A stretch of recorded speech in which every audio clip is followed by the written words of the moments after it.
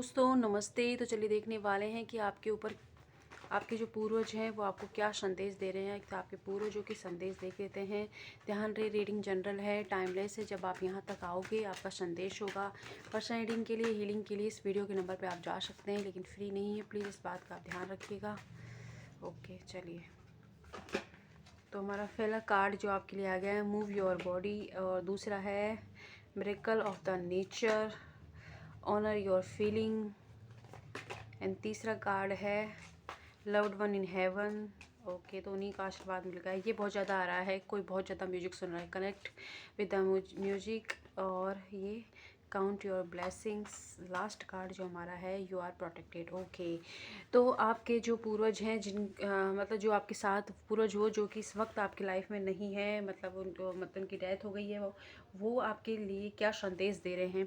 तो पहला मैसेज जो आ रहा है कि आप बहुत आलसी हो रहे हो, या एक ही पैटर्न में आपकी लाइफ घूम रही है, या एक ही सिचुएशन में आप बार बार पहुंच जाते हो। तो उसके लिए आपके पूर्वज आपको संदेश दे रहे हैं कि आपको अपना थोड़ा सा एक तो स्थान परिवर्तन करने की ज़रूरत है। मतलब थोड़ा सा घूम के आइए, कहीं भी आप घूम के आओगे तो आपकी एनर्जी फ्रेश होगी, और आपको जिस समस्या में फंसे हुए हो, जो सोल्यूशन चाहिए, या आगे बढ़ना है, वेट करना है, क्या करना है आपको उन चीज़ों का, और या फिर अगर कैरियर के अंदर भी कोई ग्रोथ नहीं मिल रही है तो उसमें भी किस तरीके से आपको क्या करना चाहिए, वो एक्शन कैसे लेना चाहिए, उस चीज़ के लिए आपको थोड़ा सा अपनी बॉडी को मूव करने की ज़रूरत है।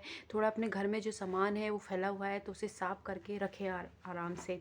एंड सेकंड जो मैसेज आपके लिए आ रहा है कि आपको है ना नेचर से कनेक्ट होना होगा, जिससे कि आपकी जो भी इतना ज़्यादा पेन, जो बर्डन जो आपने अपने अंदर स्टोर कर लिया है वो रिलीज हो सके और आप एक अच्छी एनर्जी में आओ। उसके लिए आपको नेचर से कनेक्ट होने की सलाह आपके पूर्वज आपको दे रहे हैं। एंड आप कह रहे हैं कि ग्रीन कलर आप यूज़ कीजिए, ग्रीन कलर की बोतल में आप पानी पीना स्टार्ट कीजिए, ग्रीन तारा मंत्र को चैंट कीजिए, आपके ऑटोमेटिक हीलिंग हो जाएगी। एंड तीसरा मैसेज जो आपके लिए आपके पूर्वजों की तरफ से ये है कि आपको कैसा महसूस हो रहा है, इस चीज़ पर ज़रूर गौर करें। आपको किसी से मिलकर अच्छा लग रहा है, बुरा लग रहा है, या फिर उस चीज़ पर गौर करें कि ऐसा कौन इंसान आपके आसपास है जिससे मिलकर बात करके आपको थोड़ा अजीब महसूस होता है, नेगेटिव हो जाते हो आप अपनी लाइफ को लेके, अपनी सिचुएशंस को लेके। तो उस इंसान से, अगर वो आपका फैमिली मेम्बर है तो ऑब्वियसली आप उसको अवॉइड नहीं कर सकते, लेकिन थोड़ा कम बात करें, डिस्कशन कम करें। किसी ऐसे इंसान से आप बहुत ज़्यादा अपनी बातें डिस्कस कर रहे हो जिससे आपको पता है कि आपका और उनका रिलेशनशिप में उतार चढ़ाव चलते रहते हैं, और अभी आपके स्टेबल नहीं है उस रिश्ते में, मतलब कभी लड़ाई हो जाती है आपकी उनसे, कभी पहचान। तो उस इंसान को आप अपने प्लान्स, फ्यूचर प्लान्स, अपनी जो भी ब्लेसिंग है उनके बारे में, जो भी लोग आपके लिए अच्छे हैं उन चीज़ों के बारे में अगर बता रहे हो तो रुक जाए, क्योंकि फिर से वो इंसान किसी और को बताएगा, और उसकी जो नज़र है इविल आई, मतलब जेलसी वाली फीलिंग है उनके अंदर आपके लिए, तो वो उस चीज़ लिए आप ये उन्हें नहीं बताएं, वरना फिर से आपके काम ख़राब हो सकते हैं। बहुत मुश्किल से अगर आपने कुछ चीज़ स्टार्ट किया है तो उस बारे में भी किसी को नहीं बताना है। पहले उस पर काम कीजिए, देन वो हो जाए उसके बाद ही आप सबको बताएं। और साथ ही साथ आपको अपनी जो आपको बुरा फील हो रहा है तो एक्सेप्ट कीजिए कि किसी ने आपके साथ बुरा किया है, आपको बुरा लग रहा है, आपका दिन नहीं लग रहा है, काम में मन नहीं लग रहा है, दिन अच्छा नहीं गया, तो ज़रूरी नहीं कि हर दिन ही ख़राब जाएगा, हर समय ही ख़राब होगा। तो अपनी फीलिंग्स को आप ईमानदारी से एक्सेप्ट करोगे, उसके बाद उन पर काम कीजिए कि किस तरीके से अपने मूड को ठीक किया जाए। ख़राब है तो कोई अच्छा सा म्यूजिक आप सुन सकते हो, बजाय सैड सॉन्ग के। किसी की याद आ रही है तो सैड सॉन्ग सुनने स्टार्ट ना करें, मोटिवेशनल सॉन्ग सुने, अच्छे सॉन्ग सुने, लवी डवी वाले थोड़े से। इससे एक तो आपके फ्यूचर पूर्वज आपको कुछ संदेश देना चाह रहे हैं जो आपको म्यूजिक के थ्रू ही मिलने वाला है, तो आप म्यूजिक से कनेक्ट होइए।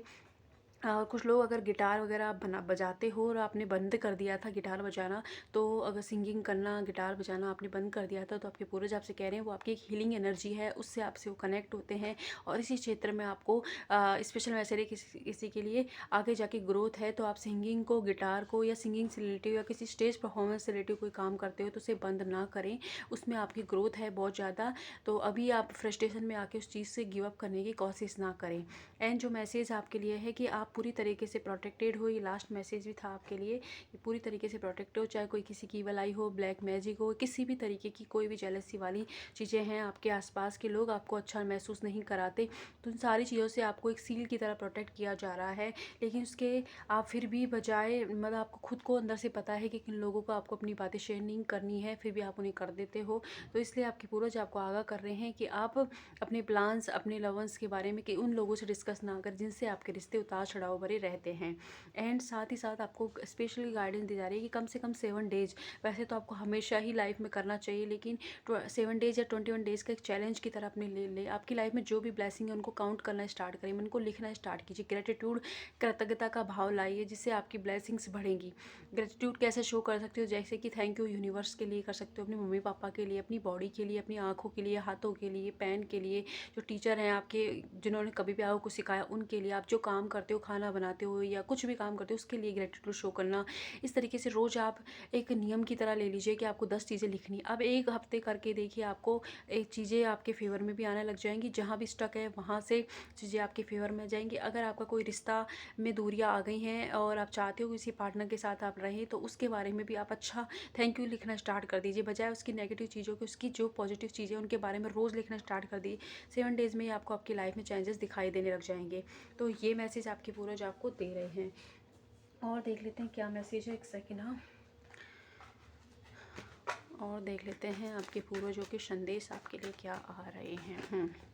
तो आपके पूर्वज आपसे कह रहे हैं कि कोई भी काम अगर आप स्टार्ट करते हो, बहुत ज़्यादा जोश से स्टार्ट करते हो, लेकिन फिर उसमें धीरे धीरे आप आलसी हो जाते हो, तो आप कोशिश कीजिए कि एक प्लानिंग के साथ अपने काम को कीजिए। कोई नया आइडिया अगर आपको आया है तो उस पर काम कीजिए, एंड किसी और के कहने पर किसी भी इल्यूजन में आपको नहीं पड़ना है। किसी भी धारणा से मुक्त होकर अपने मन को, अगर कोई आइडिया, कोई बिजनेस नया शुरू करना चाहते हो, तो किसी धारणा से, किसी लोगों के ओपिनियन के का सोचकर उसको बंद ना कीजिए, बल्कि एक फ्री स्पिरिट की तरह उड़ें और अपनी जो पॉसिबिलिटी है कि आपको उसमें सक्सेस मिलेगी। लेकिन जब आप अपना मतलब पूर्व धारणा नहीं बनाओगे चीज़ों के लिए कि ये ऐसा होगा कि ऐसा नहीं होगा, जस्ट आपका भी इंट्यूशन आई है, आप उसको काम कर रहे हो, आपका मन है, आप कीजिए और उसका जो आउटकम है उसे उनके अपने पूर्वजों को समर्पित कर दीजिए, आपको उसमें सक्सेस मिल जाएगी।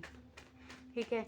एंड थोड़ा सा आप लोगों से बहुत कम मिलते हो या बहुत ही एकदम एक बाउंड्री बना ली है कि कोई नया इंसान, नई चीज़ें आपकी लाइफ में नहीं आ सकती, तो कुछ बुक्स पढ़ने की आपको सलाह दी जा रही है, जिससे आपको एडवाइस भी मिलने वाली है वहाँ से। एंड कुछ अपनी लाइफ में डिस्कवरी कीजिए, खोजें, आपको जो भी सवाल आपके मन में चल रहे हैं उनके जवाब ढूंढने की कोशिश आप कीजिए। एंड कुछ सेलिब्रेशन हुआ था और आपको इन्विटेशन किसी ने नहीं दिया था वहाँ से, या फिर आपको अच्छे से ट्रीट नहीं किया था, आप किसी ऐसी जगह पर गए थे, तो उस चीज़ को आपको दिल पर नहीं लगाना है इतना कि अब तो मैं बचाऊँगा इन लोगों से रिश्ता ही नहीं रखोगे। इस तरीके की एनर्जी मुझे फील हो रही है। तो ये चीज़ अगर आपके साथ किसी ने की है, आपके ही किसी रिलेटिव ने या आपके हो सकता है कि अपने फैमिली मेम्बर ने, तो ऐसा नहीं है कि उनका इंटेंशन ऐसा नहीं था। तो इसलिए आपको उस चीज़ को इतना ज़्यादा दिल पर नहीं लेना है कि किसी फंक्शन में हो सकता है कुछ लोगों को ज़्यादा इंपॉर्टेंस दी जाती है, किसी को कम, तो इस चीज़ को आप इतना दिल पर नहीं लीजिएगा।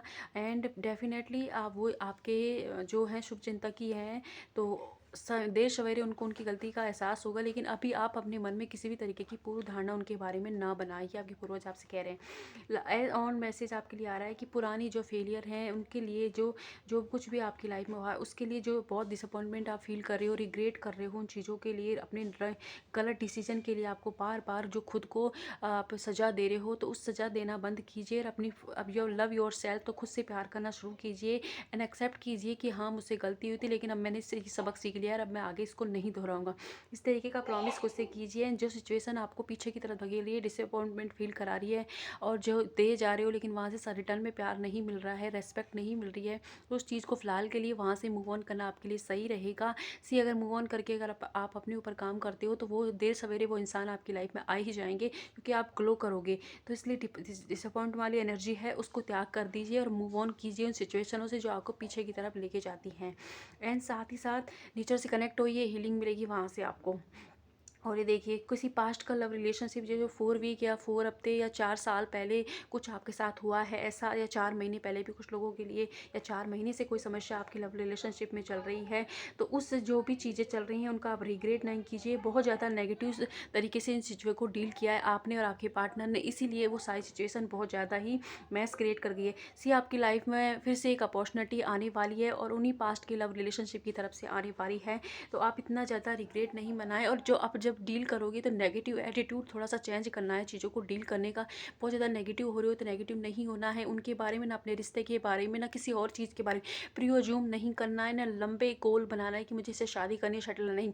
पहले मिले, बात कीजिए, आप देखें, एक्सप्लोर कीजिए और उसके बाद डिसाइड कीजिए कि आपको क्या करना है। सामने वाले का भी ओपिनियन आप सुने और खुद का भी बोलें। जो आपको बोलना चाहिए वो डायरेक्ट उस इंसान को बोले, अपने मन में नहीं रखें। वो अंतर्यामी नहीं है कि वो आपकी बात को समझ जाएंगे।